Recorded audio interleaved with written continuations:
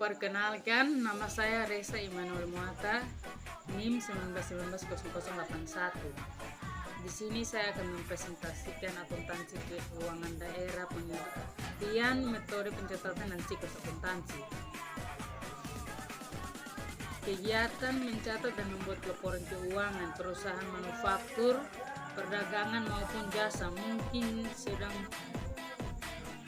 sering Anda pelajari secara mendalam. Namun ada satu jenis pencatatan dan pelaporan yang terbilang berbeda dengan pencatatan pelaporan terhadap ketiga jenis usaha di atas, yaitu akuntansi keuangan daerah. Apa itu akuntansi keuangan daerah? Yang kedua, output dari akuntansi keuangan daerah. Yang ketiga, metode pencatatan. Metode pencatatan terdiri dari tiga, yaitu single entry, double entry, dan triple entry. Yang keempat, penjelasan singkat siklus akuntansi keuangan daerah. Yang pertama, apa itu akuntansi keuangan daerah? Yaitu akuntansi yang masih menganut prinsip dasar akuntansi pada umumnya. Namun, terdapat beberapa perbedaan dari segi teknis pencatatan dan lingkup yang dituju. Proses pencatatan, penilaian, dan identifikasi semua transaksi bisnis yang terjadi pada entitas pemerintah daerah seperti provinsi, kota, atau kabupaten. Output berupa keuangan ditujukan kepada pihak-pihak seperti Dewan Perwakilan Rakyat DPRD, Badan Pengawas Keuangan BPK, kreditor, investor, donatur, dan pihak berkepentingan lainnya. Yang kedua, output dari sistem keuangan daerah. Memperlakukan akuntansi keuangan daerah diatur oleh peraturan pemerintah PP nomor 24 tahun 2005 mengenai standar akuntansi pemerintah. Sedangkan PP nomor 58 tahun 2005 mengenai pengelolaan keuangan daerah dan peraturan menteri dalam keuangan Permendagri.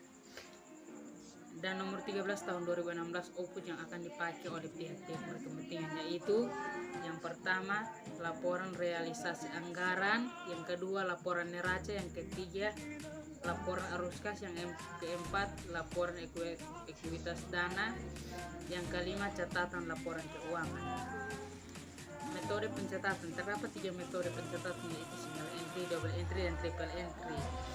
Metode pencatatan single entry sekarang ini semakin ditinggalkan, walau masih ada beberapa area Pemda yang masih memakai karena mempunyai beberapa kelemahan seperti tidak mencerminkan kinerja secara real dan tidak memberikan informasi kompresif.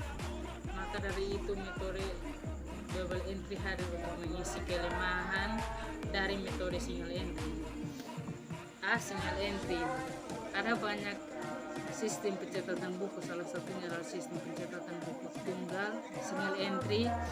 Dalam sistem ini pencatatan transaksi ekonomi hanya dilakukan satu kali, transaksi yang mengakibatkan pemasukan kas yang dimasukkan dalam sisi penerima, sedangkan yang mengurangi kas dimasukkan dalam sisi pengeluaran.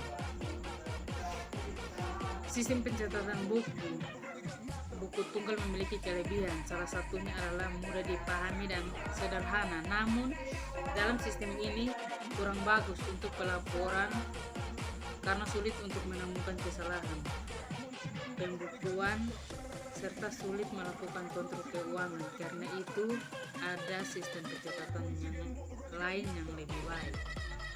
Yang berikut double entry.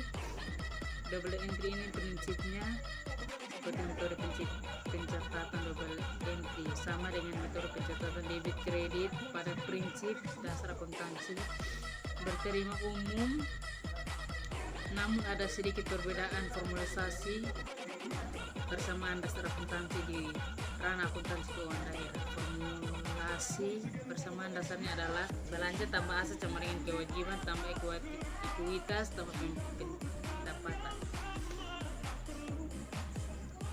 Yang ketiga, triple entry. Metode pencatatan triple entry merupakan pengembangan dari metode double entry. Lagi dan lagi, prinsipnya sama dengan double entry, tapi ada tambahan dengan pencatatan pada buku anggaran. Contohnya ketika pencatatan double entry dilakukan, metode triple entry yang akan bekerjasama melakukan pencatatan yang dilakukan oleh PPK, SKPD, pencatat, pejabat, pengelola keuangan surat ketetapan pajak daerah, dan SKPKD, Satuan Kerja Pengelolaan Keuangan Daerah. Penjelasan singkat siklus akuntansi keuangan daerah. Siklus akuntansi keuangan daerah sejatinya sama dengan siklus akuntansi pada umumnya. Perbedaannya terdapat di langkah atau alurnya pada akuntansi keuangan daerah. Setelah penyusunan neraca saldo, setelah penyesuaian NSSP, dapat langsung dibuatkan laporan perbedaan perhitungan APBD. Setelah NSSP dibuat, maka akan ditutup oleh jurnal.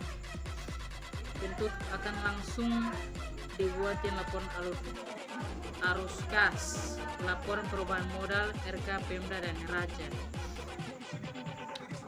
Tentunya setiap pencatatan transaksi yang disertakan dengan dokumen-dokumen dan bukti transaksi yang sah untuk kemudian dimasukkan ke dalam jurnal dan bukti besar. Untuk pembantu, bukti transaksi dikategorikan menjadi 3, yaitu bukti penerimaan kas, bukti pengeluaran kas, dan bukti memorial yang kemudian dimasukkan ke jurnal umum. Oke, terima kasih. Bersama